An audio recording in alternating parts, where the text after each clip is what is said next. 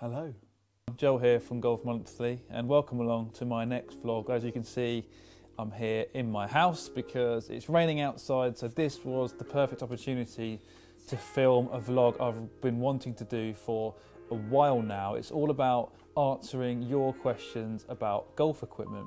For those of you who don't know why I'm doing this video, I put a tweet out a few weeks ago asking you to send in your questions and I would answer as many as I could that were relevant. I had loads of really good questions, some not so good ones that I couldn't repeat in this video, unfortunately.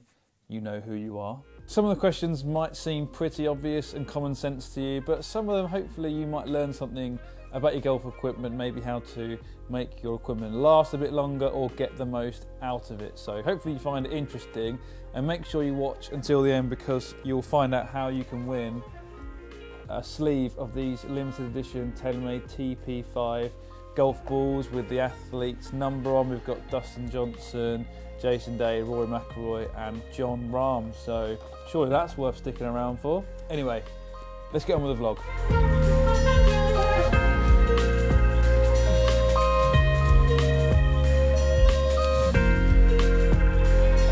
Right, so the first question comes from Lee Faulkner, who says, seen some reviews and tests on shafts in the past which say shaft types aren't all that important. Would be interesting to go and test that theory with players of all abilities. What's your thoughts? Well, for me, the shaft is really important, and from the testing I've done getting fitted for clubs and testing clubs and changing shafts around, they've actually had quite a significant difference on the performance of golf shots, certainly with a driver in terms of distance and accuracy. For example, during my Titleist TS driver fitting, see I've got it here, notice a big difference with dispersion when switching to the even flow shaft. It actually helped my miss to the right come back a little bit straighter. Obviously it affects the feel of the golf club, and ultimately it's the thing that connects the head of the club, which is really important in delivering obviously the launch characteristics with your hands. So the length of it is very important as well. The longer the shaft, generally speaking, the more clubhead speed you'll get, but the more difficult it is to control. And also switching to a firmer shaft does negate a miss to the left for me, so it helps me bring my dispersion in. So I would say that shafts do make quite a big difference, especially with driver. I'd say with iron, shafts perhaps don't make quite as much of a difference, although during my PXG fitting, the fitter did notice that my shafts are pretty heavy, and he recommended that switching to a lighter shaft with a slightly different profile would improve my performance, and to be fair, it did do that. The consistency of it was much better than what I currently play. So I think there are gains to be had with playing around with shafts for all different abilities. That's where obviously a custom fitting is really important. Definitely don't discount the effect of the shaft when trying out new golf clubs. Next question comes from Andrew. Should getting fitted for a suitable grip as well as the club be a priority? I wouldn't say it should be a priority. The priority when getting fitted should be getting the right head, loft, lie angle, shaft and length and things like that. That should be the priority when getting fitted for golf clubs, and often during a fitting the grip is an afterthought at the end, but it's definitely worth paying attention to because there are different types out there, and it's also very important to get the right size of grip for your hands. You need to like the feel of the grip that you're holding. Obviously it's the only point of connection between you and the club. There's a lot of different textures out there, so you can go for firmer cord style grips which give you a little bit more control in the wet, and if your hands tend to get quite sweaty, it's a good option for you. Then you go right up to the kind of wrap grips, those really soft tacky grips, which from my experience are very good in dry conditions but do get a bit slippery when they get wet. And then there's ones that are slightly in between that have a little bit of cord in, a kind of mid texture, mid firmness. That's the kind of ones I go for. For example, the Golf Pride MCC Plus 4s, those are grips that I use. I would say grip size is pretty important. They'll often ask you at the end of a fitting how many layers of tape you want under your grips, and sometimes they'll say, do you want mid-size, jumbo? So there's different sizes that affect the way you hold and the way you swing the golf club. Generally speaking, if you have a grip that's too thick for the size of your hands, you'll tend to hold the club more in the palm of your hand, which affect your ability to hinge the club properly. And if your grip is too thin for your hands, you might find that you grip the club too tightly, which limits the power and creates a lot of tension in your arms, which can reduce the length of your swing and also the consistency of strike. So a good tip I got from the legendary swing coach David Ledbetter was, when gripping the golf club, try and find a grip size where when you hold it on your left hand, you've got a slight gap between your pinky finger on your left hand, if you're a right-handed golfer, and the palm of your hand. You don't want a big gap between the finger and your palm if it's too big, and you don't want it wrapping right around the palm of your hand if it's too small. So you want a tiny gap there between your pinky and your palm or your left hand. That should be a good guide for you, is to get in the right size of grip.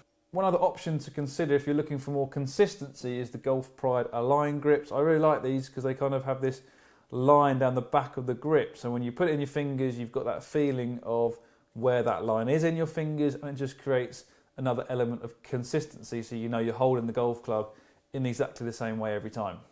Next question comes from Connor, who says, putter weight, is it just a feel thing, or are heavier putters more stable? Well, yeah, putter weight is a feel thing, and yes, heavier putters are more stable. So mallet putters have got a higher MOI, i.e. resistance to twisting on off-centre hits. The only mallet I've got in my house, which is kind of more of a mid-mallet, is this Spider Mini. So you can see it's a larger address profile, so it's got some weight back here in the back section of the head on the extremities, and that basically stops the putter from twisting. If you hit it off centre, it's not going to twist as much and potentially lose distance and accuracy on off centre hits compared to maybe blade putters, which are slightly less forgiving.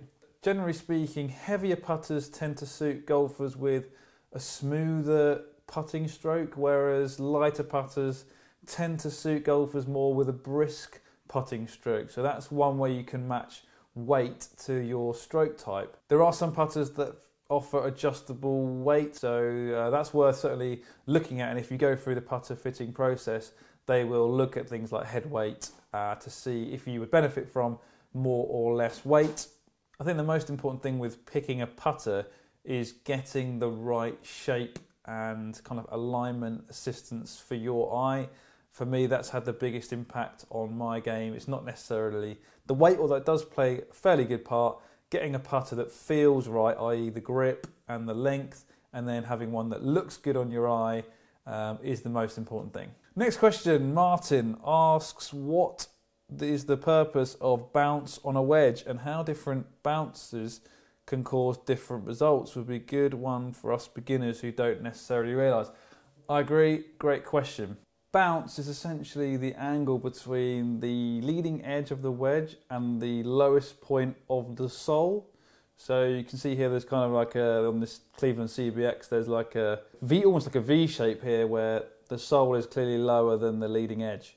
And what that does is essentially increases your margin for error on the strike. It allows the club to glide through the turf or bunker, whatever it is, rather than digging down to it. If you imagine there was no angle here between the leading edge and the sole, if there was no bounce, that front edge would be incredibly sharp, which means if you caught the ground slightly before the ball, you'd take massive divots, you'd literally lay the sod over the golf ball, and it wouldn't be a very user-friendly wedge. So bounce, generally speaking, is your friend. It helps you out on chip shots around the green, especially from bunkers. Higher bounce wedges work really well in bunkers because they help the club get through the sand on a shallower angle rather than digging down into it. If you've got a low bounce wedge, it's going to dig very deep into the sand, and you're not going to necessarily get the speed required to get the ball out of the bunker.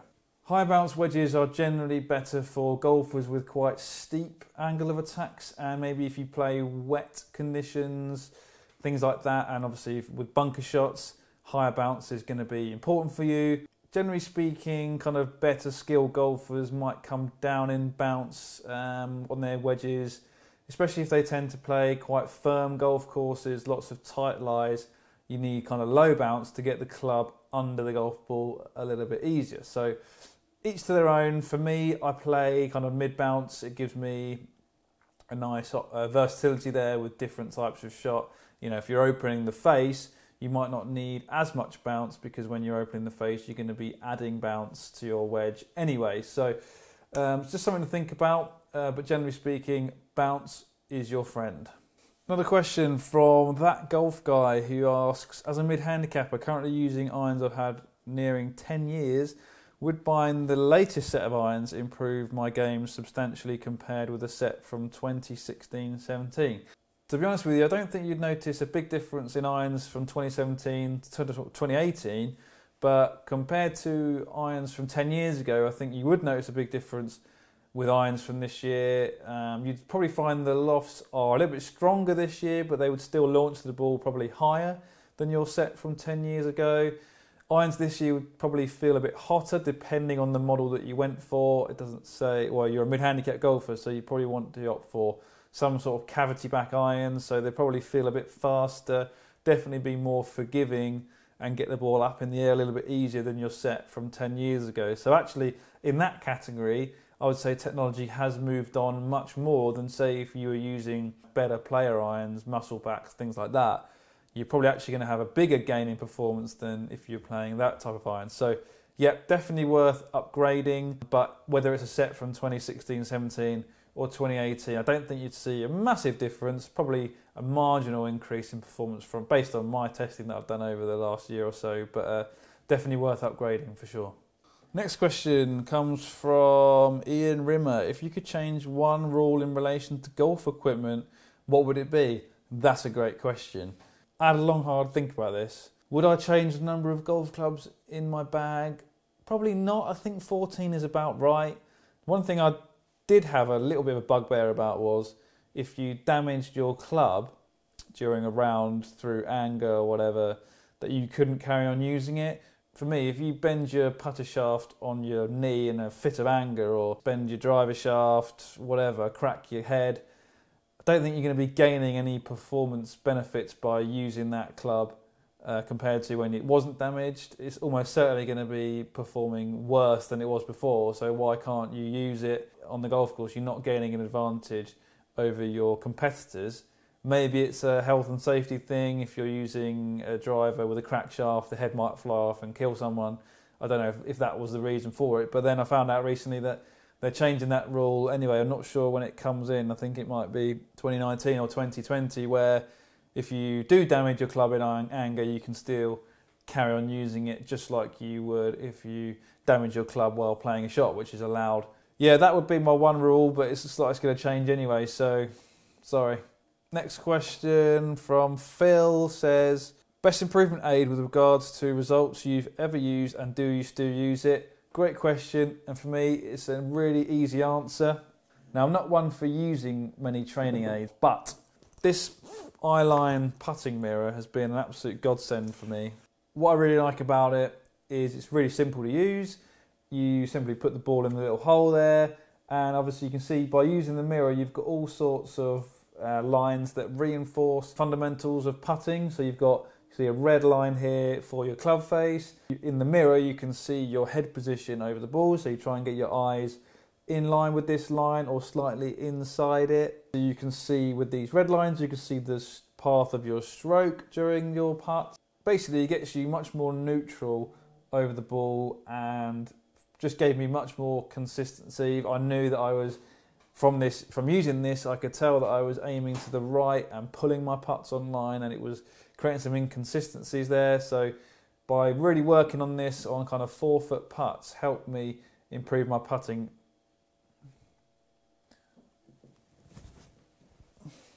So yeah, this has really helped my putting, so I'd recommend it. Obviously there's loads of different versions you can buy. This is just a relatively cheap Eyeline mirror. The one thing I don't like about this mirror is that you can put T's in these holes here to create a putter gate, but they're actually not wide enough.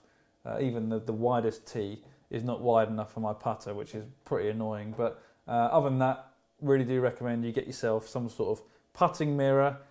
Should certainly make you more consistent, especially from short range. Next question comes from Mark Thompson, who asks, Titleist recommend every player should play a Pro V1 or Pro V1X, so why do they offer ball fittings? Obviously, Titleist is one of many brands who will always say that their tour offering is the best performing golf ball they can make. So it offers a good balance of distance off the tee, control into greens and soft feel as well. But it, as a brand, will acknowledge that £52 a dozen isn't necessarily affordable for every golfer. And also, golfers have different priorities when it comes to performance on the course. Some people like to smash the golf ball miles and all they want to do is hit really long drives, and that's why they offer the Titleist Velocity. That's actually longer than the Pro V1 and Pro V1X. And then there are some golfers who want a really soft feeling golf ball, and that's why they make the DT True Soft. So obviously it comes down to picking a golf ball that has the performance that you're looking for. But if you want the best of everything, and that's where the Pro V1 and Pro V1X come in. So that's it. That's all my questions. Thanks for watching. I hope you enjoyed it and found something useful in there that you might be able to use in your own games. And as a reward for watching all the way to the end, because I know it's quite a long video, you're going to be in with the chance of winning one of these sleeves of TaylorMade TP5X golf balls with the Tour Pro numbers on. As you can see, I've got 4 to give away, and to be in with the chance to win one of these, I want you to tell me which golf rule would you change. It doesn't have to be equipment related, can be anything. Which golf rule would you change? I'm sure you're going to have some very creative, funny answers for me. Comment on the video with your answer. Let me know what you think of the video. Obviously, click the like button if you liked it and subscribe to our channel if you haven't already, because we've got loads of other, obviously, golf equipment videos and other videos on there which are available for your viewing pleasure. That's the end of the video. Thanks for watching, and I'll see you again soon.